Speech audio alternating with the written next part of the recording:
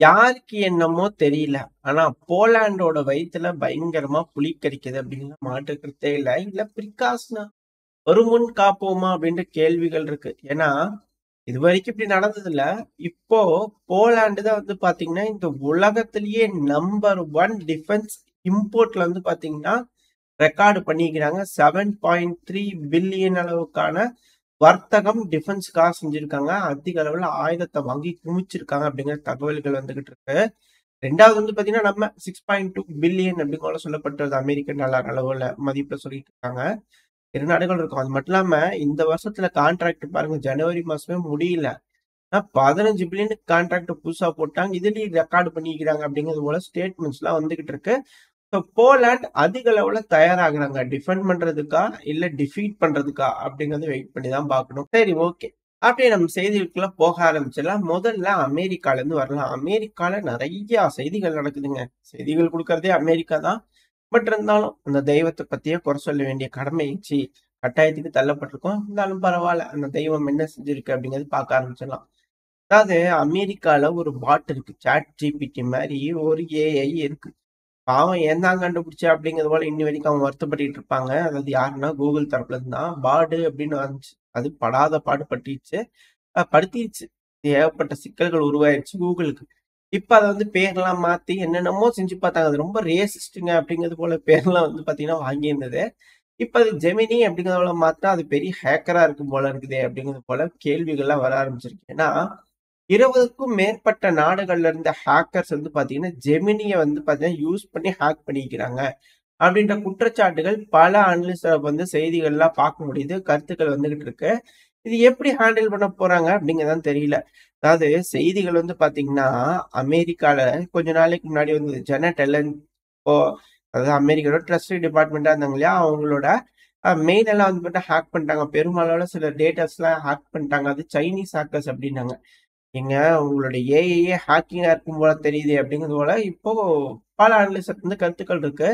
ஏன்னா இந்த ஏஐ எல்லாம் இருக்கு இல்லையா, இப்ப சீனாவோட ஏஐயா இருக்கட்டும் இல்ல அமெரிக்காவோட ஏஐ இருக்கட்டும், எந்த ஏஐயா இருக்கட்டும், நம்ம கொடுக்குறோம். நான் வந்து ஃப்ரீயா ஒரு விஷயம் யூஸ் பண்ணேன்னா யாரும் ஃப்ரீயா தரப்படுத்தல. அது அது வந்து புரிஞ்சுக்க போது கத்துக்க போது மனுஷங்க எப்படி அப்படிங்கிறது படிக்கிறதுக்காக ஃப்ரீயா கொடுக்குறாங்க.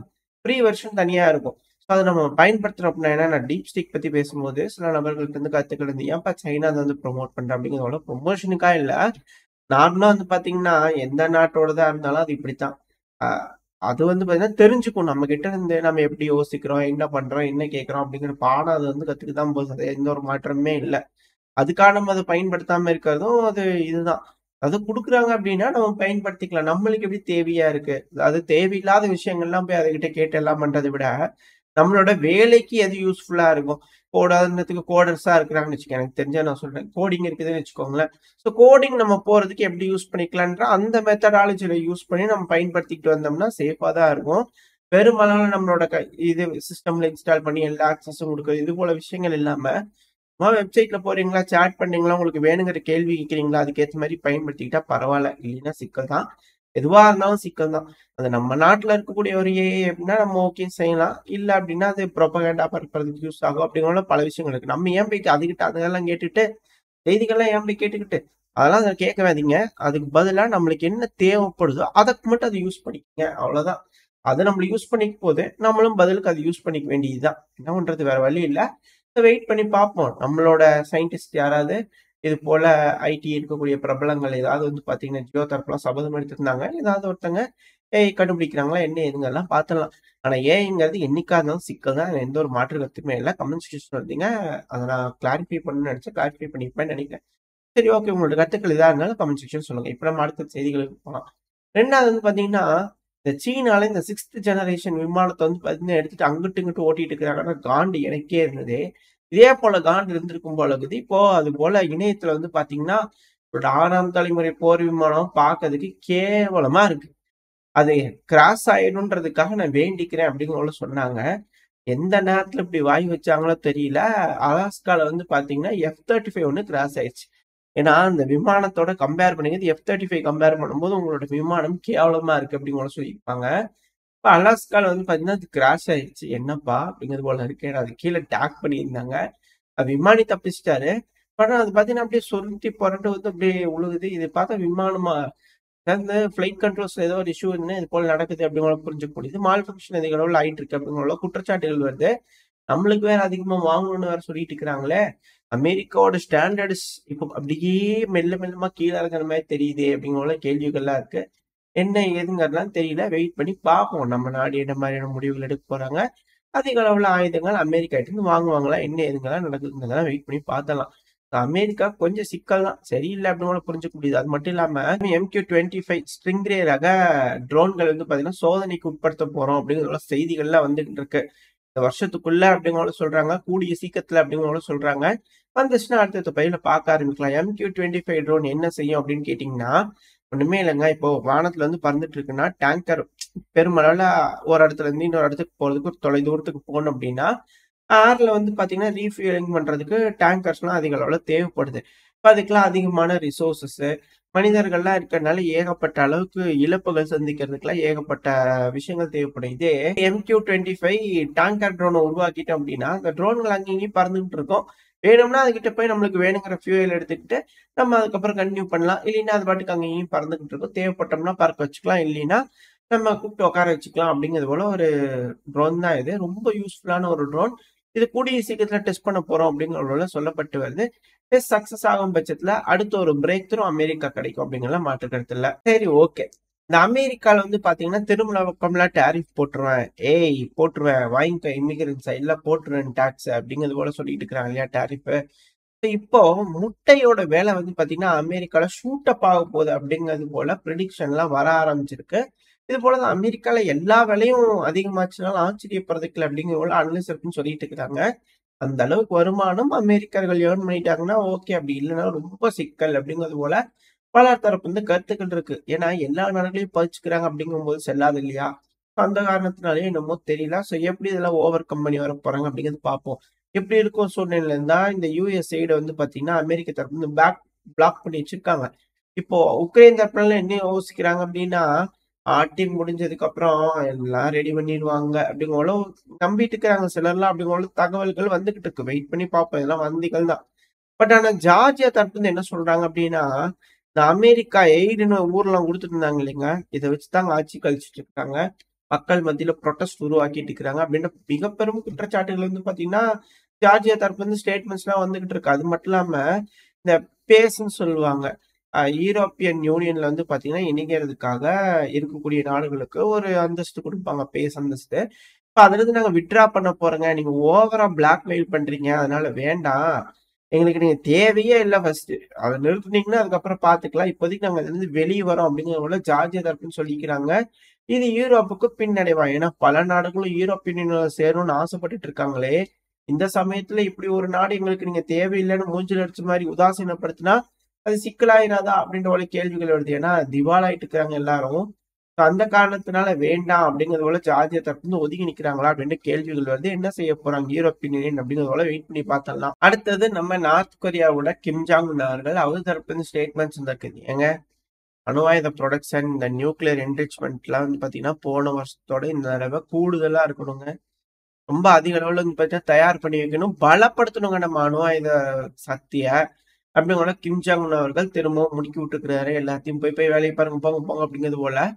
காரணம் என்ன? ட்ரம்ப் அவர்கள் தான். இந்த ட்ரம்ப் அவர்களோட எஃபெக்ட் பெருமளவுல இம்பாக்ட் ஆயிருக்கு உலகத்துல அப்படிங்கிறத மாற்று கருத்துல. ஏதோ நடக்குமா? ஏன்னா சீனாக்கு எகெயின்ஸ்டா வேலைகள் செய்யறோம் அப்படிங்கிறது போல இங்க ஏதாவது பத்த வச்சிருவாங்களா அப்படிங்கறதுல வந்து பாத்தீங்கன்னா நார்த் கொரியால தெளிவா இருக்கிறாங்க. சவுத் கொரியாலையும் கொஞ்சம் அந்த பதட்டம் தெரியுது. வெயிட் பண்ணி பார்ப்போம் எந்த அளவுக்கு நார்த் கொரியாவோட அணு ஆயுதங்கள் கை கொடுக்க போகுது அப்படிங்கிறது போல. ஏன்னா இதுதான் ஜெலன்ஸ்கி அவர்கள் என் தலைமை ஃபீல் பண்ணுது. அணு ஆயுதம் இருந்தா எப்படி பாருங்க, யாரும் தொடமாட்டாங்க இல்லையா நம்ம நாட்டை அப்படிங்கிறது போல இருக்கு. பாவம் அந்த காலத்துல குடுத்துட்டாங்களேப்பா ஜெலன்ஸ்கி அவர்கள், என்னங்க பண்றது அப்படிங்கிறது போல சில அனலிஸ்ட் தரப்பு வந்து கருத்துக்கள் இருக்கு. பொறுத்து இருந்து பார்ப்போம். இதனாலதான் மேற்குலக நாடுகள் உதவுறாங்களா இல்ல ஏதோ ஒரு காரணத்துக்காக உதவுறாங்களா அப்படிங்கலாம் தெரியல. கமிட்மெண்ட்டுக்காக உதவணும் அப்படின்னா எப்போ எப்படி அப்படிங்கிற கேள்வி இருக்கு. சரி பார்ப்போம். என்ன மாதிரியான கமிட்மெண்ட் யூரோப்பியன் யூனியன் உக்ரைனுக்கு கொடுத்ததை நிறைவேற்ற போறாங்க அப்படிங்கிறது போல. அதிக அளவுல ஆயுதம் கேட்கறாங்க. இப்போதைக்கு யாரும் டெலிவரி பண்ற மாதிரி தெரியல. வெயிட் பண்ணி பார்ப்போம். அது மட்டும் இல்லாம அமெரிக்கால இருந்து இப்போ ஒரு 8 டெலிவரி கொடுத்தா கேள்விப்பட்டேன். செய்திகள் வந்துச்சு மெயின் ஸ்ட்ரீம் மீடியால வந்து பார்க்கலாம். என்னன்னா, "ஏங்க யாரும் எதுவும் பேசாதீங்க. அமைதியா இருங்க. போன அரசாங்கத்துல சொன்னது தாங்க இப்ப குடுக்குறோம். இப்ப புதுசாலாம் எதுவும் குடுக்கல." அப்படிங்கிறபோதெல்லாம் அவங்க தரப்புல கிளாரிஃபிகேஷன் குடுத்ததா சொல்லப்பட்டு வருது. அப்படியா என்னங்கிறதெல்லாம் அடுத்தடுத்த பையில பார்க்க ஆரம்பிச்சலாம். வெரிஃபிகேஷன் பண்ணிட்டு. அடுத்தது அமெரிக்கான்றனால இன்னொரு விஷயம் பாட்டு போயிரலாம். வாரத்திலேயேங்க ட்ரம்ப் அவர்கள் வந்ததிலேயே 4000 பேர் நபர்கள் வந்து பார்த்தீங்கன்னா, இல்லீகலா இருக்கிறாங்கன்னு டிப்போர்ட் பண்ணிக்கிறாங்க. நாங்களும் அன்போட வரவேற்றுட்டோம் அப்படின்னு தென்மர்மா அவர்கள் தரப்புலருந்து ஸ்டேட்மெண்ட் வந்திருக்கு. மெக்சிகோ தரப்புலருந்து அவங்களோட அகதிகளா அமெரிக்காவுக்கு போனவங்கள வந்து பார்த்தீங்கன்னா, மீட்டெடுத்துக்கிட்டு இருக்காங்க அப்படிங்கிற மாற்று கருத்து இல்ல. சரி ஓகே. இப்போ மெயினா ஈரோப்குள்ள போக ஆரம்பிச்சலாம். ஈரோப்ல வந்து பார்த்தீங்கன்னா, செர்பியாவோட அரசாங்கம், ஆளுகின்ற அரசாங்கம் கொஞ்சம் பெண்ட் ஆயிருக்காங்க மக்களோட ப்ரொட்டஸ்ட்டுக்கு அப்படிங்கிறத புரிஞ்சுக்க முடியுது. ஏன்னா, பக்கத்து பக்கத்து நாடுகள் அப்படிங்கிறதுனால, இங்க இருந்து அங்க வாக்கிங் போங்க, அங்க இருந்து இங்க வாக்கிங் போங்க அப்படின்னு கூட்டிட்டு வந்துர்றாங்களா என்னமோ தெரியல. இப்ப அந்த புரொடெஸ்ட் பெரும்பாலும் நடக்கிறதுனால, அங்க ஸ்டூடண்ட்ஸ்லாம் வந்து பார்த்தீங்கன்னா, பார்ட்டிசிபேட் பண்ண ஆரம்பிச்சதுனால, ஊக்கி அவர்கள் இருக்கிறார் இல்லையா? அவர் என்ன பண்ணிக்கிறார்ன்னா, பிரைம் மினிஸ்டர் ரிசைன் பண்ணுங்க அப்படிங்கும் போல அவர் தரப்புலருந்து ஏதோ அழுத்தங்கள் குடுத்திருப்பார் போல தெரியுது. இப்போ செர்பியாவோட பிரைம் மினிஸ்டர் பார்த்தீங்கன்னா, ரிசைன் பண்ணிக்கிறாரு. ஊழல் நடந்தது அப்படின்ற குற்றச்சாட்டுகள் இருந்தது இல்லையா? அந்த ஒரு காரணத்தினால. இப்போ ஓரளவுக்கு மக்கள் வந்து பார்த்தீங்கன்னா, கொஞ்சம் காம் டவுன் ஆவாங்க அப்படிங்கிற செய்திகள்லாம் வந்துகிட்டு இருக்கு. அப்படியா என்னங்கலாம் வெயிட் பண்ணி பார்ப்போம். அது மட்டும் இல்லாம இந்த போராட்டக்காரர்கள் வந்து சிலர்லாம் பிடிச்சு வச்சிருப்பாங்க இல்லையா? அவங்களையும் மன்னிச்சு விட்டுட்டதா சொல்லப்பட்டு வருது ஊகிக் அவர்கள் தரப்புலருந்து. ஸோ செய்திகள் வந்துகிட்டு இருக்கு. வெயிட் பண்ணி பார்ப்போம். புரொட்டஸ்ட் ஓரளவுக்கு முடியுதா? இல்ல இன்னும் அதிதீவிரமடையுதா? ஓகே. பெண்டாக ஆரம்பிச்சிருச்சு அரசாங்கம். அழுத்தி பிடிச்சு முடிச்சிடலாம் அப்படின்னு யோசிக்கிறாங்களா என்னங்கலாம் தெரியல. வெயிட் பண்ணி பார்த்துடலாம். அடுத்தது அப்படியே மிடில் ஈஸ்ட்க்கு வந்துட்டோம்னு வச்சுக்கோங்களேன். ஈரான் இருக்கிறாங்களே, பயங்கரமா ட்ரில் பண்றாங்க. இவங்களும் ஆப்கானிஸ்தான் வழியிலயா? ஆப்கானிஸ்தான்ல போய் பேசுறாங்க, பாகிஸ்தான்ல போய் பேசுறாங்க. ஏதோ போருக்கு தயாராகுறாங்களா ஈரான்? ஒருவேளை ட்ரூ ப்ராமிஸ் 3 வந்து எக்ஸிக்யூட் பண்றதுக்காக தயாராயிட்டு இருக்கிறாங்களா? அப்படின்ற கேள்விகள், அச்சம், பதட்டம்லாம் வந்துகிட்டு இருக்கு. காரணம் என்னன்னா, அவங்களோட ட்ரில்கள். இந்த ட்ரில்கள்ல நார்மலா ஒரு விமானத்த அதாவது ட்ரோன்கள எடுத்து டெஸ்ட் பண்ணி பார்க்கறது. அதுபோல லேஸ்லலாம் இல்ல. என்டயர் ஆர்மிய வந்து பார்த்தீங்கன்னா, தயார் பண்றாங்க. இதனால என்ன கிடைக்கும்னா, மாரலி பூஸ்ட் ஆவாங்க ஈரான் தரப்புலருந்து. நம்ம ஒண்ணும் வீக் கிடையாது. நம்ம ரொம்ப ஸ்ட்ராங்கா இருக்கோம். எதுனாலும் எக்ஸ்ட்ரீம் வரைக்கும் போலாம் பார்த்துக்கலாம் அப்படிங்கிற ஒரு மாரல் பூஸ்ட் கிடைக்கும். 2வது வீரர்களுக்கு எப்படி கம்யூனிகேட் பண்ணும் போர்க்காலங்கள்ல அப்படிங்கிற ஒரு உத்வேகம் கிடைக்கும். வேகமா வேலை செய்றதுக்கு இது போல விஷயத்துக்கலாம். ஸோ அதனால இது போல ட்ரில்கள் செய்வாங்க. ஒரு போருக்கு முன்னாடி இது போல செஞ்சு பார்க்கறது வாஸ்தவம் தான். ஸோ அது போல தான் செய்றாங்களா அப்படின்னு சந்தேகங்கள் வந்திருக்கு. ஏன்னா அவங்களோட ட்ரோன்களோட அணிவகுப்பு. முதல்ல ட்ரோன். எந்த அளவுக்கு ட்ரோன்கள் இருக்கு அப்படிங்கிறத அணிவகுப்பு வச்சிருக்காங்க. 2வது கவுண்டர் ட்ரோன் சிஸ்டம். இந்த ட்ரோன்கள வந்து எப்படி தடுத்து நிறுத்தலாம் அப்படிங்கிற எலக்ட்ரானிக் வார்ஃபேர்லாம் லோக்கல்ல செய்யறதுக்கான இதே ஆர்டிபின் சிஸ்டம் இது போலலாம் டெஸ்ட் பண்ணி பார்த்துட்டு இருக்காங்க. அதற்கான வீடியோ பதிவுகள்லாம் நம்ம தொடர்ந்து பார்க்கிறோம். எல்லாத்துக்கும் மேல ரோபோஸ். பெருமளவுல அவங்களோட ரோபோ படைகளையும் களமிறக்கியிருக்காங்க. அதையும் பயன்படுத்திக்கிட்டு இருக்காங்க. அதுவும் ரோபோஸ்லாம் ஆர்பிஜி லான்ச்சர் லான்ச் பண்ற மாரிலாம் வடிவமைச்சிருக்காங்க. அதுவும் இந்த ட்ரில்கள்ல பார்ட்டிசிபேட் பண்ணிட்டு இருக்கு அப்படிங்கிறது ஹைலைட்டு. எதுக்காக இவ்ளோ பெரிய மேசிவான ட்ரில் ரொம்ப நாளைக்கு நடந்துகிட்டு இருக்கு? ஒருவேளை ட்ரில்கள் முடியும் பட்சத்துல எல்லாமே ரெடி ஆயிருப்பாங்க. எல்லாத்துக்கும் ஒரு ரெஃப்ரெஷ் கிடைச்சிருக்கும். மொபைல் யூஸ் பண்ணி எடுத்து அடிங்கப்பா ட்ரூ ப்ராமிஸ் 3 பார்த்துக்கலாம் போருக்கு ரெடி அப்படிங்கிறது போல ஈரான் தரப்புலருந்து ஏதாவது செஞ்சுருவாங்களா கூடிய சீக்கிரத்துல அப்படின்ற கேள்விகள் இருக்கு. ஏன்னா துருக்கி இதுக்கு மேல குறுதின மக்கள் ஏன்னா அமெரிக்காவோட படை வாபஸ் வாங்குது இல்லையா? இதுக்கப்புறம் துருக்கி சிரியால செய்ய ஆரம்பிக்கும் போது ஒருவேளை ஈரான் இஸ்ரேல் அடிக்க ஆரம்பிச்சிருவாங்களா அப்படின்ற கேள்விகள், பதட்டம்லாம் இருக்கு. அது போல எதுவும் நடக்கக்கூடாது. ஏன்னா இப்பதான் பீஸ் டீல்லாம் நடந்திருக்கு. இப்ப இந்த சமயத்துல இது போல நடந்துச்சுன்னா கொஞ்சம் சிக்கலாயிரும் இல்லையா? ஸோ அந்த ஒரு காரணத்தினால பொறுத்திருந்து பார்ப்போம். இந்த பகுதியில அமைதியே இருக்கும் அப்படிங்கிற நம்பிக்கையில இந்த பதிவை நான் முடிச்சுக்கலாம். இந்த பதிவு நல்லா இருக்கும்ன்ற நம்பிக்கையில அடுத்த பதிவுல சந்திக்கிறேன். அது வரைக்கும் ஸ்டே சேஃப். பை.